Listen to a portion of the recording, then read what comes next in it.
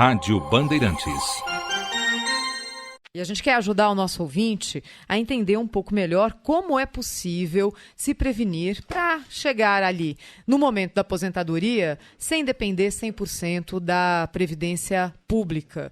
No momento de discussão de até onde o INSS vai conseguir pagar, qual vai ser a idade mínima, o que vai mudar, acho que fica claro para todo mundo que aquela possibilidade de você se aposentar com um bom dinheiro cedo é cada vez mais distante no que concerne a Previdência Pública. Se isso continuar para alguém, vai ser para uma pequena casta de privilegiados, né? E aí, o que dá para a gente fazer, não é? Para se organizar e não chegar ali num momento de maior necessidade com uma situação financeira precária. E quando não sobra dinheiro, o que a gente faz, Marcelo? Bom, eu não sei responder a todas essas perguntas que você está me fazendo, Thaís, mas o nosso convidado tem. Nós estamos aqui no estúdio da Rádio Bandeirantes com o economista da ANEFAC, Roberto Vertamati. Bom dia, Roberto. Muito bom dia, Marcelo. Muito bom dia, Thaís. Estamos à disposição e esperamos e vamos tentar ajudar os ouvintes. Que bom, olha, já vou colocar aqui o nosso WhatsApp também à disposição dos nossos ouvintes, o WhatsApp da Rádio Bandeirantes, 99904-8756. O Roberto vai ficar com a gente aqui durante um bom tempinho nesse começo do programa, então dá para você também mandar a sua pergunta.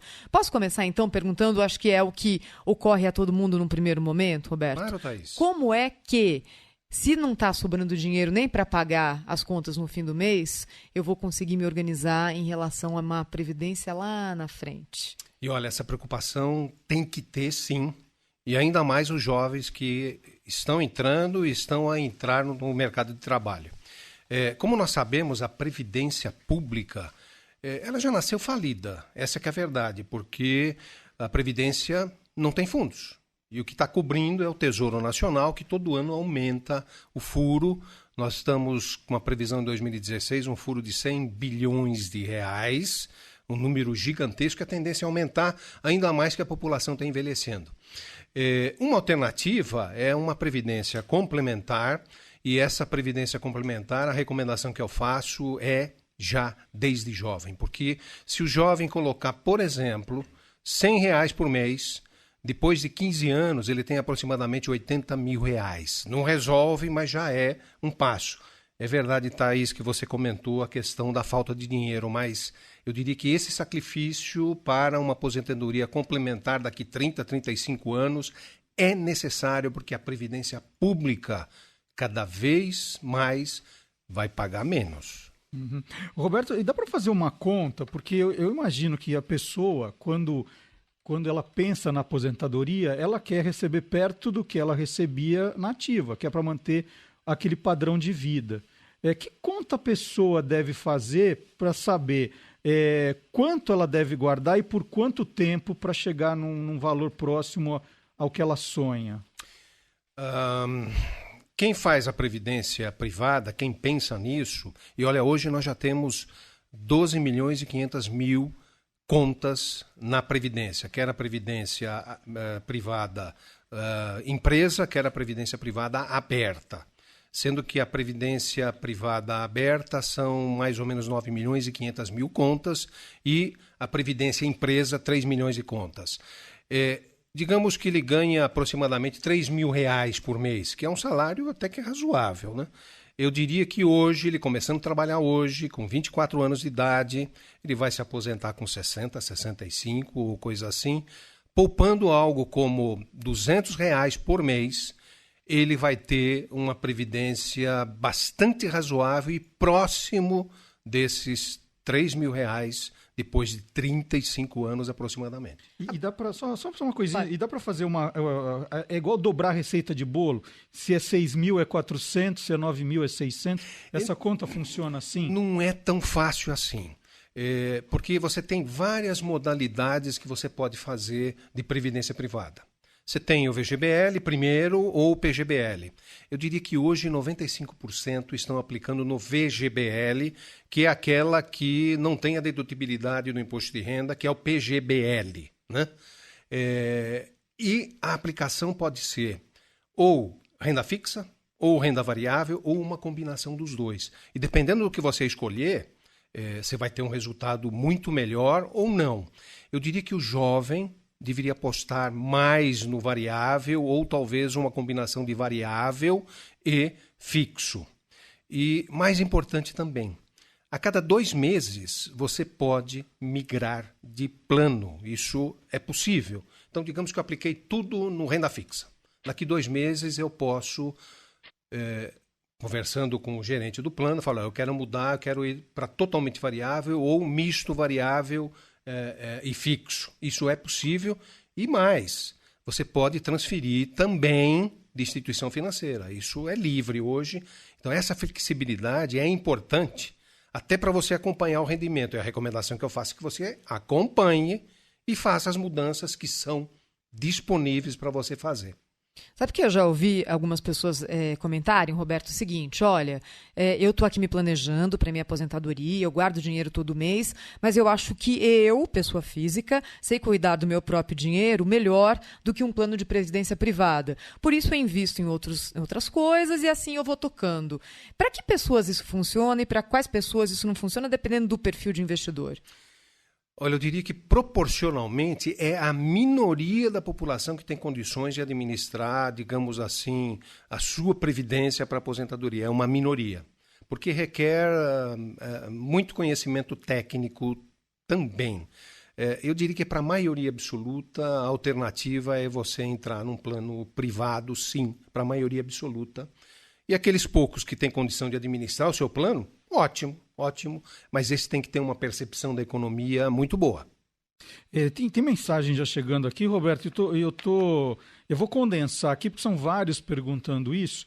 Essa questão, quando você fala assim, olha, entrando no início da carreira, com 20 e poucos anos, né, você vai guardar 200, vai receber 3 mil, mas tem muita gente falando assim, olha, eu estou pensando em previdência agora, e as pessoas têm 45, 50 anos.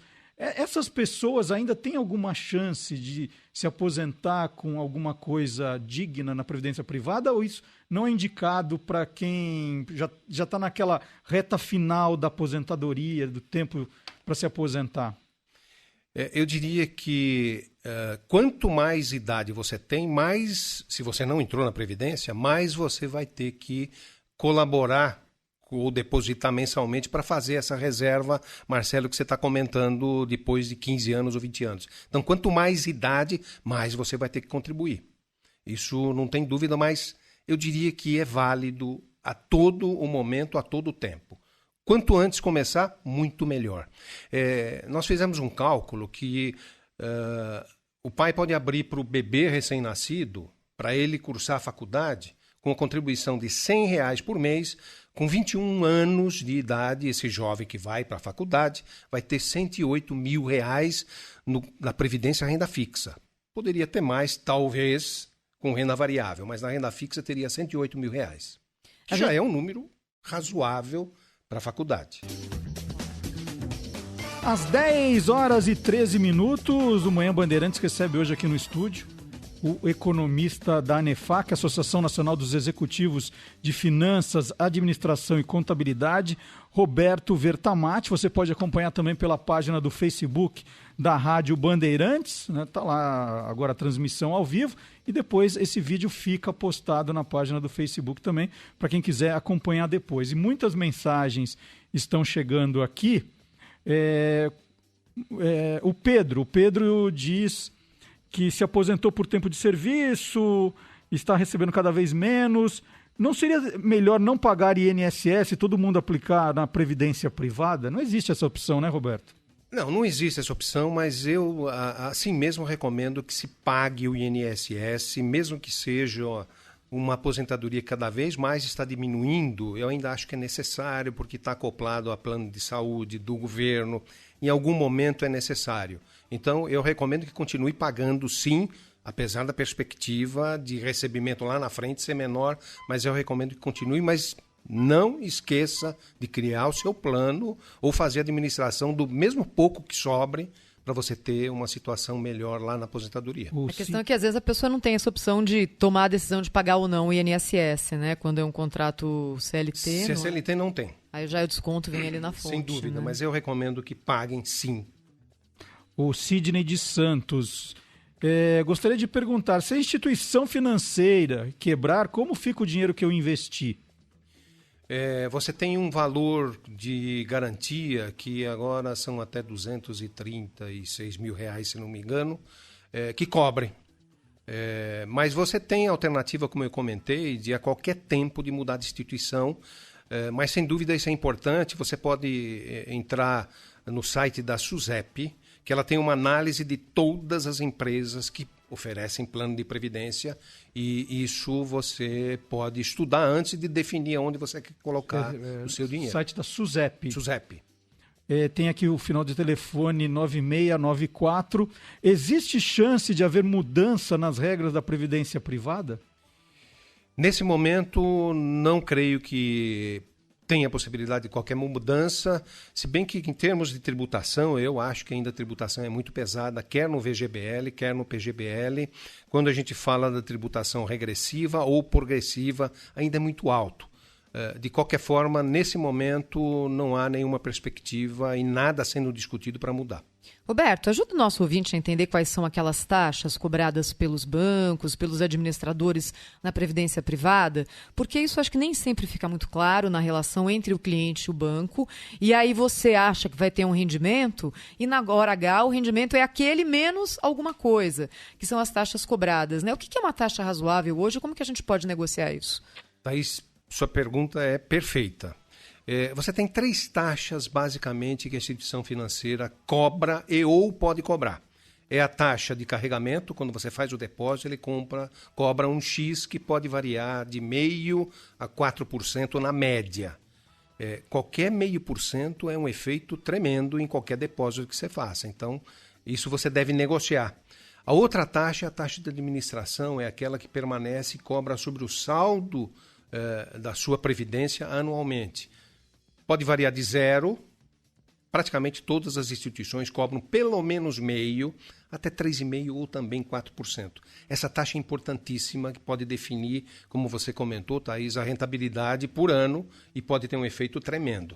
E há uma taxa também de saída, que alguns bancos cobram. Portanto, antes de você abrir seu plano, negocie essas 3 taxas. E, se possível, se puder ficar só com a taxa anualizada e as outras dispensar, que as instituições podem fazer isso, melhor. Se a taxa estiver muito alta na instituição que você está com a sua previdência aplicada, muda de instituição, vai pesquisar outro banco. Isso é possível a qualquer tempo. Você pode ficar mudando quantas vezes você quiser. Quantas vezes você quiser, desde que mude no mesmo plano. Se é VGBL, você vai mudar VGBL, se é PGBL, você vai mudar PGBL. Mas nada impede, por exemplo, dentro do VGBL e do PGBL, que você mude a cada 2 meses a forma de rentabilização, que é renda fixa ou variável ou um misto dos dois. Você pode mudar a cada 2 meses. E aquela tabela progressiva e regressiva, qual que é a diferença e qual você indica? Muito bem. Eu recomendo a regressiva. A regressiva, eu até trouxe a tabela aqui porque ela é assustadora, né? Se você coloca na Previdência e nos primeiros 2 anos, se você for sacar, você vai pagar 35% de imposto de renda. Então, eu recomendo na regressiva, mas ainda é a melhor a regressiva, desde que você deixe o dinheiro lá. Uhum. Desde que você deixe o dinheiro lá. Depois de 10 anos, essa tributação é 10%. Hoje a maioria está optando pela regressiva, mas é importante saber. A outra é como a tributação, que é a progressiva, como a tributação da folha de pagamento. Então, esse ano de 2016, até 22.499 é 0. A partir desse número, 7,5, 15, 22,5 e 27,5, que é a tabela de remuneração trabalhista. E isso é cobrado na hora que você saca? Na hora que você saca, e dependendo do período que você tem aplicado, é mais ou menos. Uma diferença, o VGBL, na verdade, você vai pagar um imposto de renda regressivo ou progressivo sobre o rendimento. Diferentemente do PGBL, que é aquele que você deduziu do imposto de renda. Aí você vai pagar sobre o todo que você investiu. É uma diferença muito grande. Tem uma diferença muito grande. Por isso eu comentei que hoje 95% está aplicando no VGBL e não no PGBL. Pode optar a qualquer momento por essa tributação ou é na entrada que você já diz como vai ser e depois não pode mudar? Sim, Thaís. Você pode mudar a qualquer tempo, mas cuidado. Você muda, você volta... digamos que eu sou, então, na progressiva. e eu mudo para regressiva, no primeiro momento, nos primeiros 2 anos, 35%. Uhum. Então tem que ter bem em mente isso, porque além das tarifas, das taxas, que eu falei que são 3, né? Cuidado com o imposto de renda é pesadíssimo. Roberto, tem uma pergunta aqui do Eduardo de Santos. E ele pergunta como é que funciona na hora do dinheiro voltar, né? A pessoa contribuiu a quantidade de anos lá, está na hora de se aposentar. Como é que o dinheiro devolve? Devolve tudo de uma vez? Devolve aos pouquinhos? Não devolve? Como é que funciona a parte da volta do dinheiro, do pagamento dessa aposentadoria? Quem aplica na Previdência é que define isso, Marcelo. E pode mudar também. Então, digamos que eu defino agora, olha, meus beneficiários, no caso do falecimento, vai ser minha esposa e meus filhos, tudo bem, eles vão receber, e você pode optar uma renda vitalícia ou sacar tudo de uma vez, ou sacar em algumas vezes. Tudo isso você pode definir. No caso de uma renda vitalícia, se você definir um valor de R$2.000, você vai cair naquela tabela que é 0, né? De imposto de renda, a não ser que passe dos 22.499 por ano, aí você vai começar a ser tributado. Agora, por exemplo, a pessoa juntou dinheiro a vida inteira, aí vai dissecar a previdência privada e opta pela renda vitalícia. Saca um mês e infelizmente morre. Fica por isso mesmo? Ele provavelmente definiu o beneficiário, a esposa ou os filhos, eles vão receber aquela aplicação, sem dúvida nenhuma. Então não quer dizer que é o que a Thaís está perguntando, que ele vai perder o dinheiro. Não, o beneficiário, aquilo que ele optou como beneficiário, vai receber. Agora, Roberto, como é que você pode ajudar também o nosso ouvinte a enxergar o que a gente tem que considerar para tomar essa decisão na hora do saque? É melhor pegar todo o dinheiro e tentar aplicar em alguma outra coisa ou administrá-lo de acordo com uma expectativa de vida? É melhor optar por uma renda vitalícia? Porque é uma decisão fundamental essa, né? E sem não deve dúvida ser fácil de tomá-la na hora H. Mas o que a gente considera? Thaís, como eu disse, você pode mudar isso ao longo do tempo, né? Mas sem dúvida nenhuma... Mas uma vez decidido depois, não dá para voltar atrás, né? Quanto a vitalícia ou você sacar de uma vez, você pode mudar. O que você não pode mudar é de plano PGBL para VGBL, mas você pode mudar, sim. Isso é possível. Não, mudar. Mas a partir do momento que eu faço essa opção, olha, eu estou me aposentando e eu quero isso, aí essa tomada de decisão já era.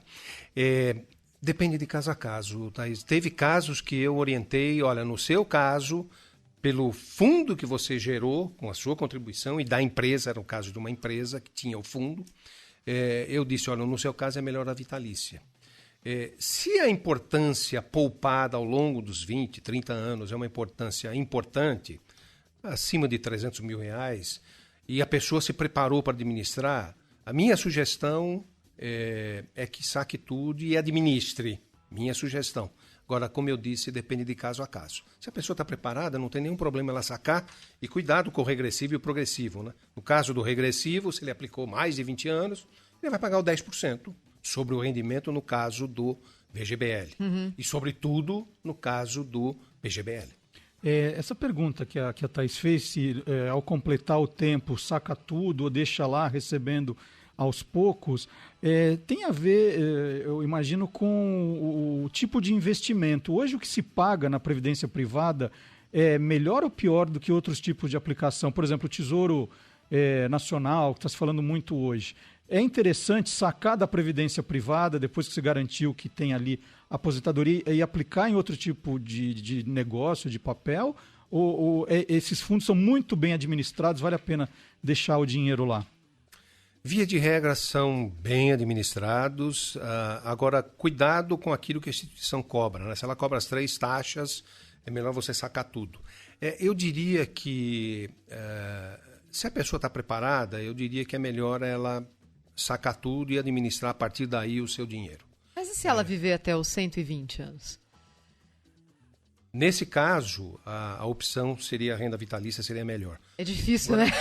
Você tem que julgar... Precisa de uma bola de cristal ali na hora. Você tem que julgar pela vida média do brasileiro, que está próximo de 74 anos. Esse é o julgamento. Mas tem gente que vai viver cada vez mais 100, 110. É verdade. Você tem que tomar uma decisão e riscos em toda decisão você tem. Você pode ganhar ou pode perder, mais ou menos. Você viu que saiu uma notícia na internet, Thaís, que a cada salsicha que você come, você perde 15 minutos de sua vida? Então você calcula quanto cachorro-quente você já comeu nos últimos tempos. Perdi 15 minutos da minha vida nesse fim de semana, Você calcula que então. você deve ter mais uns 5, 6 anos de vida. Nossa, depois do que a gente falou sobre... Porque sexta-feira era o Dia Mundial do Hot Dog, cachorro-quente.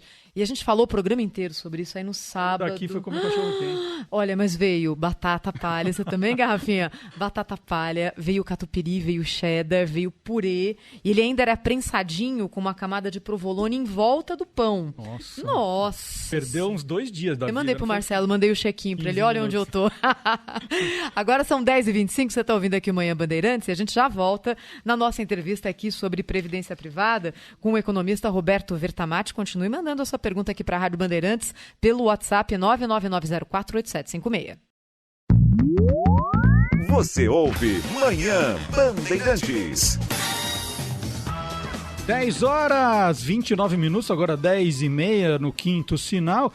Nós estamos recebendo aqui no estúdio da Rádio Bandeirantes, no Manhã Bandeirantes, o economista da Nefac, Roberto Vertamati. Muitas mensagens chegando, muitos ouvintes passando o próprio caso, né, perguntando aí coisas muito mais específicas. A gente sempre procura aqui escolher perguntas que atendam o maior número de pessoas. Por exemplo, do Djalma Luiz. O Djalma é do bairro do Paraíso.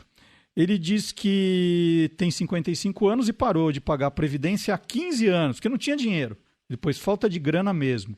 O que faço, né? Porque ele já tem 23 anos de contribuição. O que ele deve fazer, Roberto? Imagino, pela pergunta que ele fez, que esse depósito ainda está lá. Vai na instituição e se agora você tiver condições de complementar isso por mais 5 ou 10 anos, eu sugiro que faça. O Albano Jacarandá, ele mora em Tirana, na Albânia. Está ouvindo o Manhã Bandeirantes aqui pela internet. Se a imensa maioria dos fundos de previdência privada investe em títulos da dívida pública e tem que pagar uma taxa de administração ao banco por isso, não seria melhor aplicar diretamente no Tesouro Direto? É aquilo que eu comentei, acho que foi a pergunta da Thaís. Se a pessoa estiver preparada para administrar os seus valores, os seus bens, tudo bem, mas eu diria que é a minoria que tem essa condição. Se tiver condições, ótimo. E cuidado com os títulos públicos também, que tem prazo. Se você é 6% acima da inflação um determinado título público, mas se você deixar naqueles 15 anos ou 20 anos. Se você sacar antes, você vai fazer o saque no momento do mercado, você pode até perder dinheiro. Então, é aquilo que eu disse, precisa conhecer para poder administrar. Roberto, fundo de pensão é um assunto que também está no noticiário, até porque foram descobertas aí umas maracutaias, né, em grandes fundos de pensão de estatais. O fundo de pensão é um melhor negócio para o segurado do que uma previdência privada autônoma? Se for bem administrado, sim. Se for uma empresa que montou esse fundo de pensão, uma administração séria, não tenho dúvidas. O que apareceu aí, principalmente nesses 4 institutos aí das empresas estatais do governo federal, é uma lástima. Agora, os beneficiários ou os contribuintes, a todo tempo deviam exigir muito mais da administração e não fizeram, então eles vão pagar por isso e muitos deles vão ter que ter contribuição adicional. É o caso do Correios, eles já estão contribuindo adicionalmente. Eu não descarto nem Previ, nem o da Petrobras, que talvez vão ter que fazer uma contribuição adicional ou vão perder valor do fundo e vão receber menos. Pedindo para você, Roberto, eu infelizmente perdi a mensagem aqui, mas eu dizia sobre o recebimento, essa renda vitalícia, que eu acho que era um ouvinte perguntando. Vou até ver se eu acho aqui. Não é. Que na verdade não é tão vitalícia assim, né? Porque uma hora o dinheiro acaba, né? Isso é calculado com uma previsão de que ela vai receber durante tantos anos e uma hora o dinheiro acaba. Não é? A renda vitalícia é um nome só que ela tem. Não. A renda vitalícia, se ela tem o cálculo previdenciário estimativo na vida média do cidadão brasileiro. Se você definir por renda vitalícia e digamos que a previsão é 75 anos, mas se você vive até 100 anos, 110 anos, a instituição financeira vai cobrir a diferença nesse caso. Aí quando você falecer, terminou. Então não tem o saldo. Não tem, esse caso não tem o saldo. Você vai receber aquele 1.000, 1.500, 2, o que você até definir. os 100 anos. Até quando você viver. Não, então, acho que essa era a grande pergunta, né? Porque a pessoa tem lá, a estimativa média de vida é 75. Uhum. E ela viveu até o 90, ela vai continuar recebendo, mesmo que o dinheiro tenha acabado. Mas se ela falecer aos 70, o saldo que ela tinha fica para a instituição. O saldo fica para a instituição, é exatamente isso. No caso da opção pela renda vitalícia. Sem dúvida nenhuma, fica para a instituição. Era aquela dúvida, porque... É uma aposta que você faz quanto tempo você vai viver, né? Quanto hot dog você comeu na sua vida com batata palha e queijo provolone em volta. Aquele cheddar lá também, ele vai ter que ser considerado. Agora, a maioria do povo brasileiro não tem optado pela vitalícia. A maioria tem optado, eu vou administrar, eu quero X por mês para consumir aquele dinheiro que vai estar daqui 25 ou 30 anos. Roberto, hoje a gente tem esse dado? Qual é o percentual da população brasileira que tem acesso a um plano de previdência privada? Tem. Nós temos hoje 12 milhões e 500 mil contribuintes do plano de previdência privado, incluindo aí o empresa e o aberto. Sendo que o aberto são 9 milhões e 500 mil e empresa 3 milhões. Isso comparando com outros países é significativo? Ainda vai crescer mais? O que você acha? É significativamente baixo. O Brasil pouco poupa. O que tem acontecido nos últimos tempos, de tanto falarmos da previdência estatal do governo, o pessoal tem se preocupado mais e tem aumentado muito mais que a inflação os depósitos nos planos de previdência, então o pessoal está começando a se preocupar. Países como os Estados Unidos e os países da Europa já contribuem isso numa faixa de mais de 30% da população. O Brasil é pouco ainda. Você fala de 200 milhões... O Roberto, assim, quando o fim do mês está chegando, né, você recebe uma ligação, às vezes, do gerente do seu banco, de alguém do banco, né, e o produto que mais tem oferecido ultimamente é a previdência privada, né, que tem as metas que as pessoas precisam cumprir. Mais que seguro? O seguro já está em segundo lugar. Não, mas previdência hoje é a bola da vez ali. E a gente fica perguntando, o banco está tão interessado no meu bem-estar... Ou isso é muito vantajoso para o banco, a previdência privada também? Quem deve estar preocupado com o bem-estar é a pessoa. O banco vai estar preocupado em rentabilizar o valor e ele vai cobrar as taxas. Ele está preocupado com isso e é interessante para ele. É o modus operandi da instituição financeira. Então, você que tem que tomar cuidado. Não, esse aqui eu não vou pagar 1% e nem taxa de carregamento. Se quer, eu quero nessa condição. E é você que tem que dizer isso, né? Boa parte do povo brasileiro é levado quando oferece aí o seguro ou quando oferece a previdência. O importante é que o indivíduo analise e ele tome a decisão e não por pressão de qualquer instituição. Bom, tem muita mensagem chegando aqui. Eu disse, tem muita coisa específica. Você presta algum tipo de atendimento também para essas pessoas que têm dúvidas, Roberto, de eu paguei assim, falta tanto, o que eu faço? Você tem algum tipo de atendimento para essas pessoas? Eu faço esse atendimento, mas é esporádico. Eu, na verdade, eu não vivo desse trabalho, digamos assim. Esporadicamente eu faço. E tem as pessoas aqui perguntando, né? As pessoas começam a fazer aquelas previdências para jovens, para as crianças, que começam ali com... Quando nasce, 2, 3, 4... Isso depois pode virar uma previdência privada quando a criança passa dos 18 anos? Pode. Até a maioridade, 18 anos, a responsabilidade é dos pais. E você pode depositar a partir de R$25, R$20 por mês, é possível. E eu recomendo até que se faça. Eu dei aquele exemplo da criança nasceu, eu vou depositar R$100 por mês, vai ter 108 mil. As taxas médias do Brasil de hoje, quando ele tiver 21 anos, vai dar para cursar a faculdade. Então eu recomendo que faça e depois, quando ele tiver maioridade, ele vai julgar o que ele tem que fazer. Mas ela pode se transformar, é o mesmo tipo de previdência que a gente faz para criança? É o mesmo tipo de previdência, se for VGBL, VGBL, se for PGBL, PGBL, e aí ele muda se ele quiser. Não, agora eu vou ser mais agressivo, vai ser tudo renda variável. Pode ser. Você sente, Roberto, que o investimento na previdência privada é a primeira coisa que a pessoa corta no momento de aperto? Isso está mudando, hein? Eu sinto que não é a primeira coisa que a pessoa corta, mas muitos fazem isso. Eu acho que tem diminuído. O pessoal está cada vez mais um pouco mais preocupado com o dia de amanhã, com a sua aposentadoria. Tem melhorado, mas ainda tem muita gente que corta e muitos investem para sacar logo em seguida, 1 ano, 2 anos, e aí paga uma nota de imposto de renda. Para a pessoa, infelizmente é uma realidade hoje, né? O desemprego está altíssimo. Para a pessoa que não está tendo entrada, evidentemente, se ela não está tendo entrada, ela não vai depositar na Previdência. Talvez ela precise usar esse dinheiro da Previdência. Como que isso funciona? Ela vai sair perdendo dinheiro de qualquer forma? A qualquer tempo ela pode sacar o seu dinheiro. Só que aí ela vai entrar nas tabelas do imposto de renda, regressivo ou progressivo, e vai pagar o imposto, e aí vai pagar as tarifas para a instituição financeira. Se ela cobra, por exemplo, uma taxa de saída, você vai pagar.